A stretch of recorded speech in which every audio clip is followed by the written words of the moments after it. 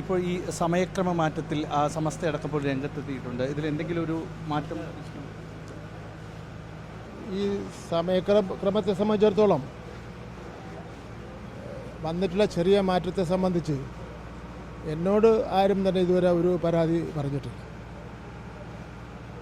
എന്നാൽ ബഹുമാനപ്പെട്ട മുഖ്യമന്ത്രിയും കൂടെ പങ്കെടുത്ത ഒരു വേദിയിൽ വെച്ചിട്ട് ബഹുമാനപ്പെട്ട സമസ്തയുടെ നേതാക്കന്മാർ ഇത് കാര്യം അദ്ദേഹത്തിൻ്റെ ശ്രദ്ധയിൽപ്പെടുത്തിയെന്നാണ് പറയുന്നത്.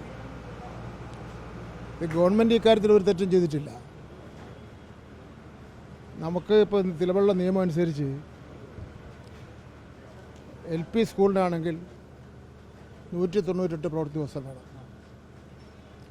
അത് ദേശീയ വിദ്യാഭ്യാസ കലണ്ടർ അനുസരിച്ചും സംസ്ഥാനത്തുള്ള എഡ്യൂക്കേഷൻ റൂൾ അനുസരിച്ചുമാണ് ഈ പറഞ്ഞ ഡേറ്റ് വരുന്നത് വെച്ചാൽ. UPക്കാണെങ്കിൽ 200 ദിവസമാണ് വേണ്ടത്.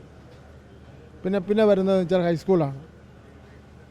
1100 മണിക്കൂറും 220 ദിവസവും ആണ് വേണ്ടത്. അപ്പോൾ കഴിഞ്ഞ പ്രാവശ്യം ഞാൻ ചെയ്തതെന്ന് പറഞ്ഞാൽ ഒരു 209 ദിവസം പ്രഖ്യാപിച്ചു. നമ്മളെ കുട്ടികളിലെ പഠിച്ചോട്ടെന്ന് വെച്ച്. ഇപ്പം അധ്യാപക സംഘടനകളെല്ലാം കൂടെ ബോളുണ്ടാക്കി, പ്രശ്നമുണ്ടാക്കി. പിന്നെ ഒരു വളരെ സമാധാനപൂർവ്വം പോകുന്ന ഒരു അന്തരീക്ഷത്തിൽ ഇല്ലാതാക്കേണ്ടെന്ന് ഉദ്ദേശിച്ച് അവർ പറഞ്ഞനുസരിച്ച് 205 ദിവസം ആക്കിക്കോളും.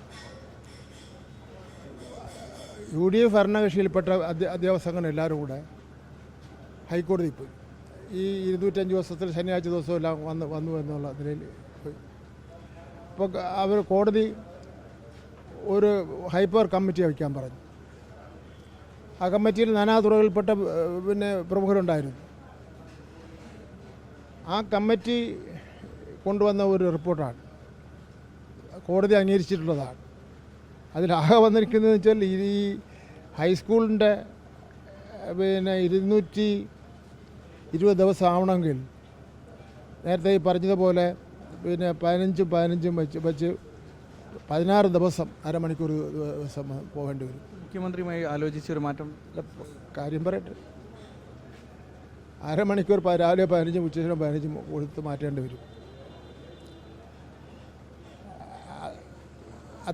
അത് വെള്ളിയാഴ്ച ഉൾപ്പെടുത്തിയിട്ടേ ഇല്ല. അപ്പോൾ ഇത് കുട്ടികളുടെ നന്മയ്ക്ക് വേണ്ടി ചെയ്തതാണ്. രാവിലത്തെ 15 മിനിറ്റ് ഉള്ളു, വൈകുന്നേരത്തെ 15 മിനിറ്റ്.